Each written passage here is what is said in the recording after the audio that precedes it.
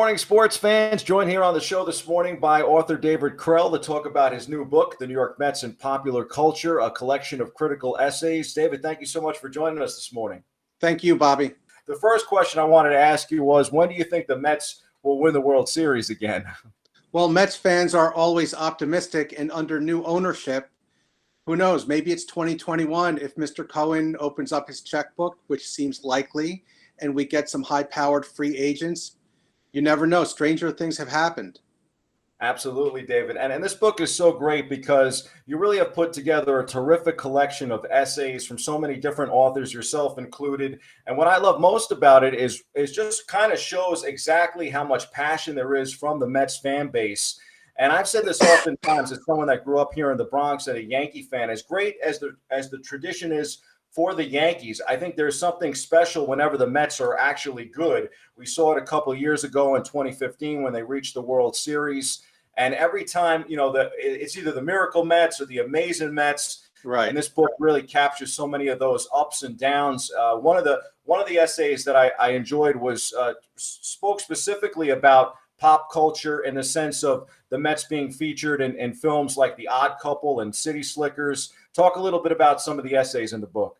Well, I put out the call for papers on the University of Pennsylvania website. That's where academics go to find writing opportunities in academia. It's publish or perish. And we got some academics, we got some people from SABR, and some people I recruited myself. So we have a diversity, Bobby. It runs the gamut. Rheingold Beer, the first beer sponsor for the Mets. Joan Payson, who should be in the Hall of Fame, but is not for reasons passing understanding.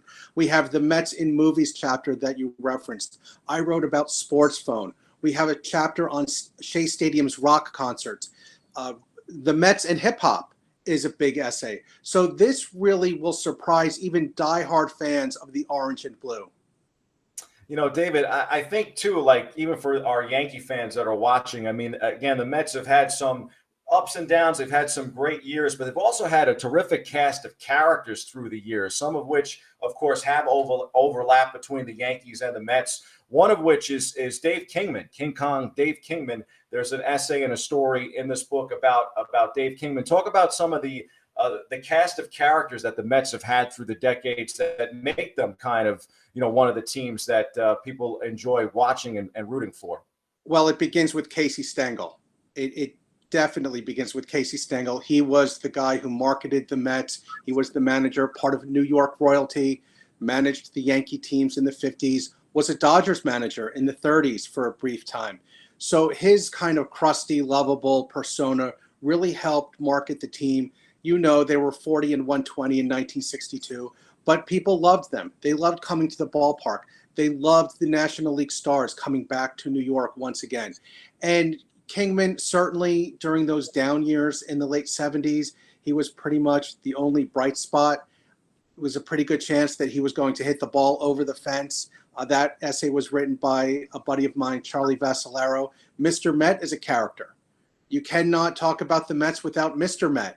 And Mr. Met influenced the entire mascot industry. Some people would say he even created the mascot industry. And that was authored by a buddy of mine from Villanova. We went to law school together, Marty Lesnar.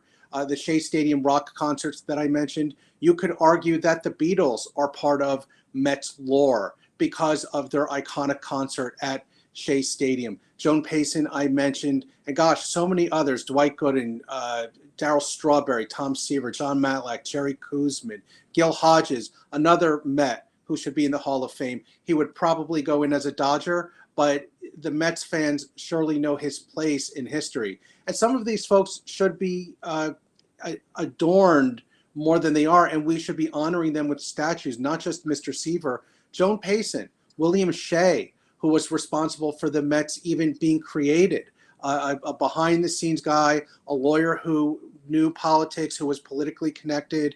Mayor Wagner asked him to find a National League team to bring to New York. Nobody wanted to come. The Continental League was formed. It failed before it even got off the ground. But out of the Continental League, we got 4 expansion teams, and the Mets were one of them. You know, and you can't talk about the Mets also without speaking about some of their great announcers throughout the years. One story also hits on Bob Murphy, who is one of my favorite announcers of all time, the Happy Recap. Speak a little bit about Bob. Well, Donna Halper wrote that essay, and it was great because Donna grew up listening to Bob Murphy before he was with the Mets. And I didn't know too much about Murph before 1962. I knew he was part of the first announcing team. I grew up in the 70s and 80s listening to him. And I think he still gets short shrift if you talk about the pantheon of announcers. Ernie Harwell with the Tigers, Vince Scully with the Dodgers. And Murph doesn't really get those accolades. And I'm not sure why. He was in a major market. But for those of us who grew up in the New York area during a certain time, he was the voice of our summers and springs. He was on the transistor radio. He was on television. He was on the radio when you're having barbecues. So he was really part of our background when you're a Mets fan. You know, David, you've written already a couple of books. I mean, you did a great job with your book on the Brooklyn Dodgers and also on the New York Yankees. Why now decide to do one on the New York Mets? Well, McFarland had mentioned while I was at the end of the Yankees book, maybe doing a Red Sox and popular culture book, maybe doing a Cubs and popular culture book.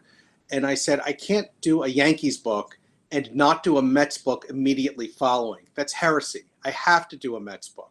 And I think that when you read this book, you come across a diversity of topics. When you read the Yankees and popular culture, which I edited, you know what the foundation topics are going to be before you open the book. You know that there will be talk about DiMaggio and Mantle and Reggie Jackson and Billy Martin and Yankee Stadium and Babe Ruth and Lou Gehrig. Now, the authors in that book did a tremendous job in fresh approaches, new angles on those subjects, but there were no surprises in the foundation topics. This book, who would expect the Mets and hip hop? When's the last time you heard people talking seriously about Joan Payson or Bob Murphy? When's the last time we talked about Dave Kingman as an icon?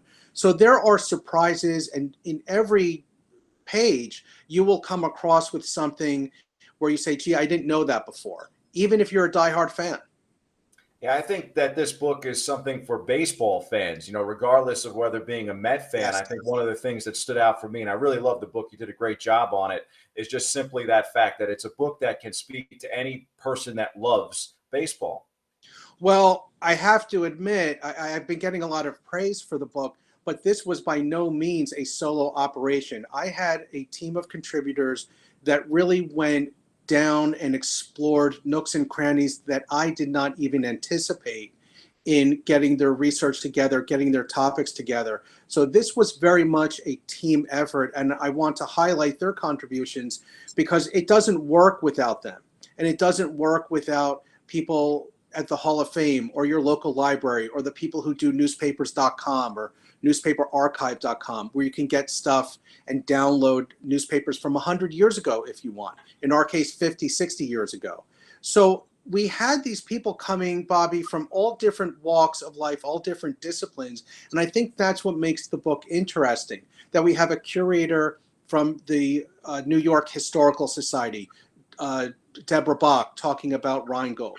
We have some SABR folks that you'll recognize if you are a member of SABR and you see the Baseball Research Journal. Donna Halper is one example. Bill Lamb, who wrote about the 19th century Mets. Bill Reisig, who wrote about Casey Stengel. We have academics like Jermaine King, who wrote about the Mets and hip hop, and the three authors who wrote about Shea Stadium's rock concerts, Derek Stadler, Alexander Rojas, and Elizabeth Jardine. So it really is if you put all of us together in a room, we're all different people with all different walks of life, all different disciplines, but we have this commonality, which is the Mets, and we went on different avenues. And I'm proud to say no topic really overlaps any other topic. They're not maybe by a little bit, but certainly you're not going to read one and say, oh, I saw that in chapter 4.